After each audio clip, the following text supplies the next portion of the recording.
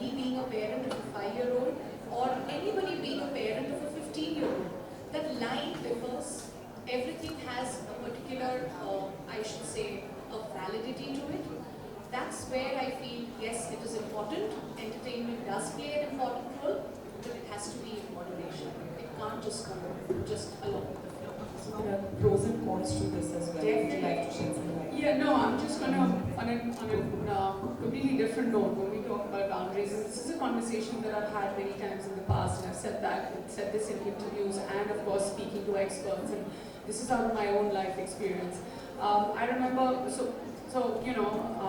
let's just jog back 4.5 years. My firstborn is a daughter, and for me, the most important word that I had to ever teach my daughter was bus.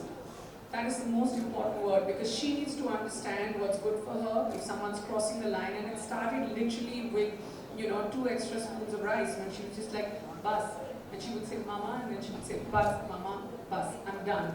And today at 4.5, she knows what's right for her, what's wrong for her, how much part-time she wants, how many minutes of television she wants to give herself, because she knows that she's the one who's going to control the reins of her life, define what's right, define her boundaries, and she knows when and who to say bus to.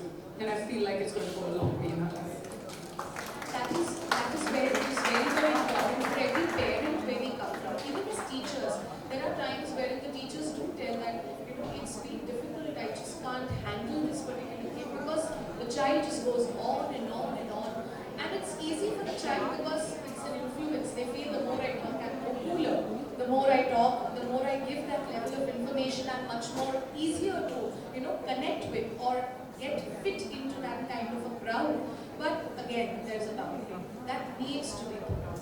And yes, same as you are trying to teach your daughter, same way she always comes and tells me that enough, I don't need it.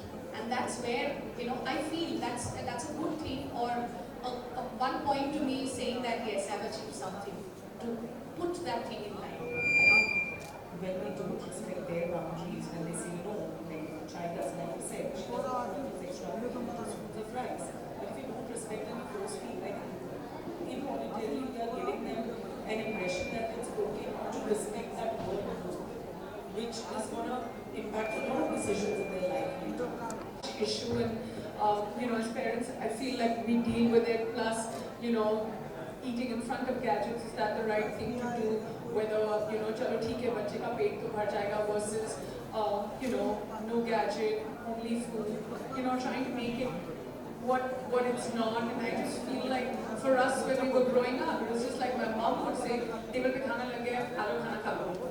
It was just 2 lines all the time, and then I'd be like, and she always had this theory that the only way to, and still she says it, if the child is hungry, wo bhindi or tinda bhi kha lega, and if the child is not hungry, okay, chocolate's a bad example, because they'll keep eating it, but kahan se unke paas itna stamina hai chocolate khane ka. But it's true, I tried this, and I also think that food is also one thing which is not supposed to be done in isolation. It is a social thing, and at least, if you're not going to be there with your child during meal times, at least make sure you're not tucking your child away in front of an iPad or in front of the screen facing the wall, and then be like, because this part keeps getting bigger, but they don't gulp because they're so engrossed in whatever is going on. But I feel like there have to be a few lines, a little bit of division, and I'm going to let the experts take it. So I think it brings me to our next topic, which is a lot of times kids under the peer pressure. If they want to be valued, if they want to be accepted with their peers, with their friends, they need to have those valuables and expensive things. Like for me, my daughter came to me, she's 11, the other one, and we got her a phone, a basic smartphone to just upload her homework and do the keep in touch. And she comes one day and she says, I want an iPhone 13 Pro Max. I said, why? Because a boy in my class is using an iPhone 13 Pro Max. So if his parents can get it from him, why can't you get it from him? So there are a lot of times when they're influenced by a lot of these peers and what they see their friends do. They don't ask you, you're an influencer, you're a celebrity, you're always in the public eye. Anything, any small thing that you do out of love, any action can be misconstrued.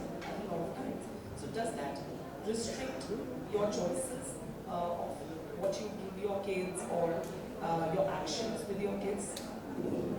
I mean, most definitely, like you said, if you're saying I'm an influencer, I'm a celebrity, I'm an actor, producer, whatever else I do, I'm still a parent to my child. And I have to be extremely conscious. And I feel like one of the best ways, again, only parenting my own children and not anyone else's children, is to raise your child under the given circumstances with the same set of values that have trickled down on you by your parents. So for me, I was raised with a huge amount of value for money because I was raised in a 4G home where we had life and, in a way that life was defined like, you want to go out and play, you get a flat tire of someone else who's thrown it away, you find your own rope, you make your own swing, you swing it on your banyan tree, and that's what fun is. So yeah, I mean, I try and inculcate the same normalcy in my children as well. And I think that for me, the one thing that could take away from the way you define me is the fact that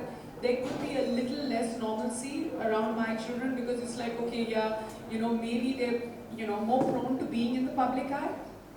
But that's also something that they need to understand because, I still remember we were in Goa, I think about 3 or 4 weeks ago, and my daughter, we were coming out of the beach, it was sunset, we were walking towards that little patch where you go and find your car, and some people came to take a photograph with me, and she's like, Mama, why is everybody taking a selfie with you?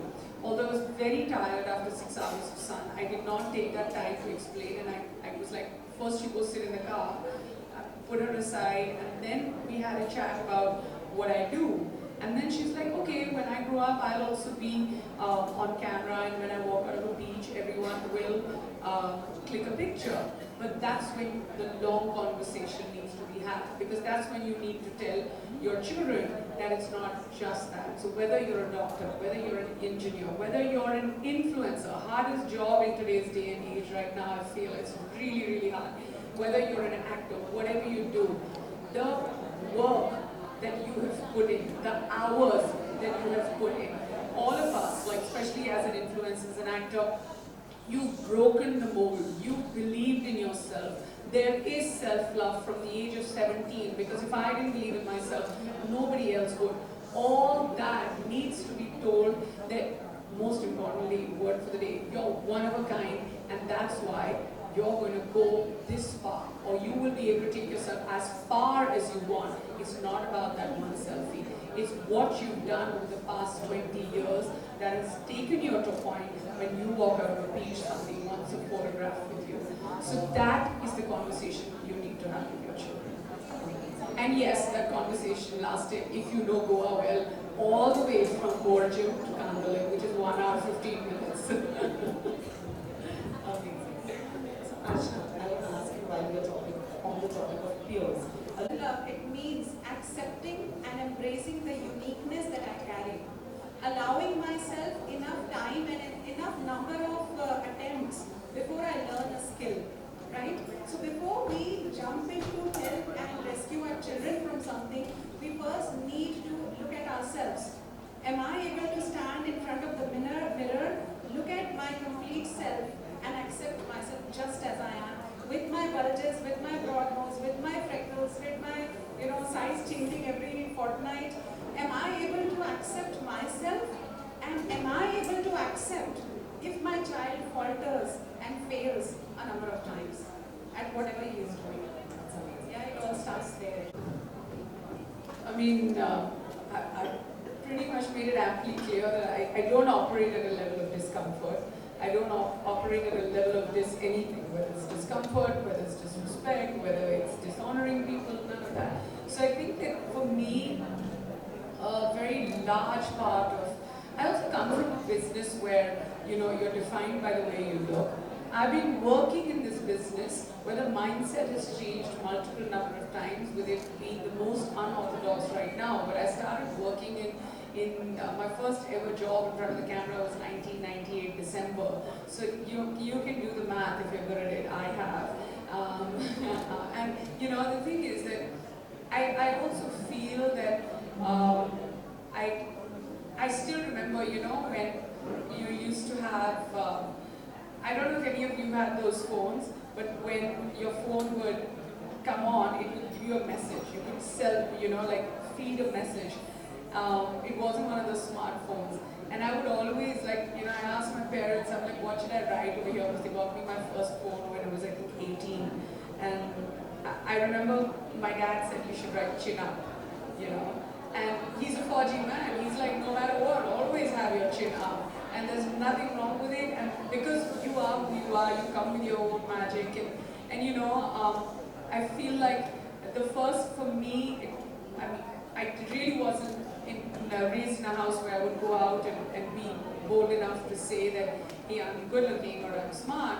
But I was definitely raised in a house to believe that if you have your head between your shoulders and if you're brave enough, you can go out there and do anything you want. And, whether it's fighting a battle, whether it's saving a nation, or whether it's, wearing the sash of your nation and walking down the station. So I feel like my self-love journey has been, has had a lot of ups and downs, and I'm in a profession that on a daily basis, it keeps me under check, but at the same time, the world and the business that we're in has become so inclusive right now that it makes me more and more comfortable to raise my children in this environment. Of course, I'm not looking forward to the preteens and teens at all, but at 4.5, my son's 1.5 and my daughter's 4.5, and I feel like there's just lots of self-love, and I'm very proud of what we have, crawling around the house. I'm in a good place right now. Yeah, I hope so, unless I start hearing 11-year-old phone problems, which is very scary. I feel bad for you. What about you, Dr. Swati? Would you like to tell us where you are on your self-love journey? I think I'm sorted, Because as an educator, if I don't have self-worth, what am I going to give to students and teachers? in agreement with what Doc said, that, for me, I think that the largest part of self-love was something that I had to build on, because on a daily basis, our profession is so different from any other job, because you're not looking for a new job for, I would imagine, give or take between 2 and 5 years when you change jobs in any other place. Whereas for us, it's like every Friday, every day, you're shortlisted for a job, you go for an audition, you come back, and there are times where for 9 months, 3/4 of the year, you're sitting at home without work, and then there are times where you're constantly working. If I had ever let those large gaps of work or that amount of rejection or that amount of acceptance define me both ways, I would have been a mess by now. So I just feel like it's so important to tell yourself, and I think profession has taught me this, and that's what I want to tell my children also. And in school is probably the other place where our profession on a daily basis, they get approved, they get rejected, they get compared to, people have an opinion about you.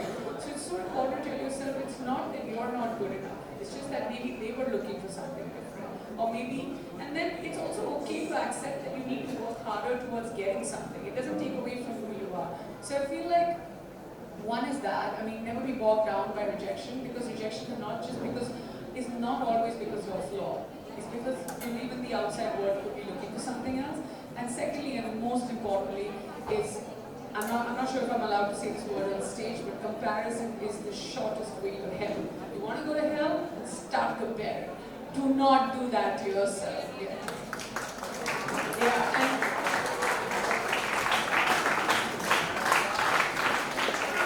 Thanks for that.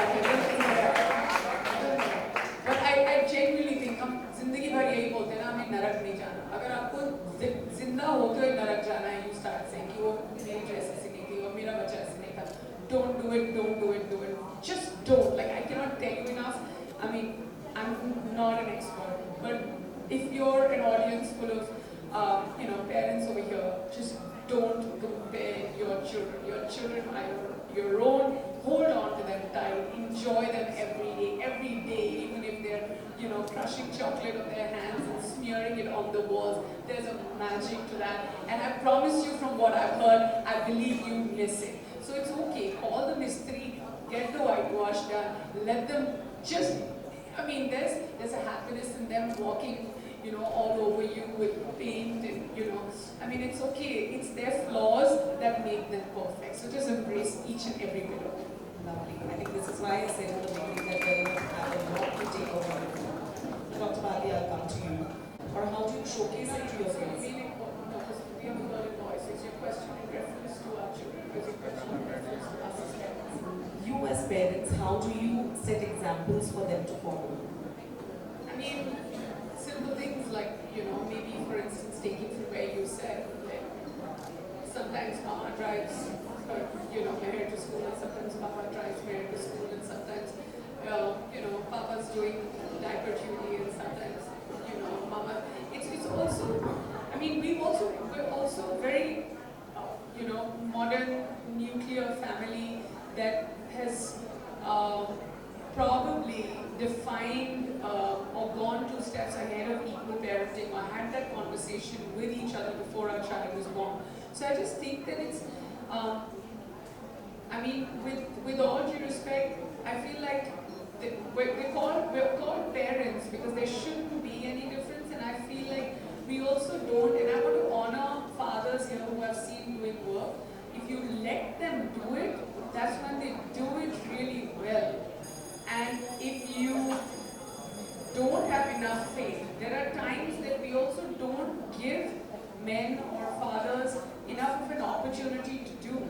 So, it's very, very important that we honor that that's a parent and you're a parent and you're a mother and that's a father. Yes, there are things that the father can't do physically in the initial few months when the baby is born. But having said that, I think support can be provided at all times of the day, at any time of the year, for anything that you do, and that's what equal parenting is about. So that's a conversation that we really had, only to a point where we're not going to have definitive lines, or we're not going to put ourselves in boxes, ki papa hai to papa ye karenge, or mommy hai to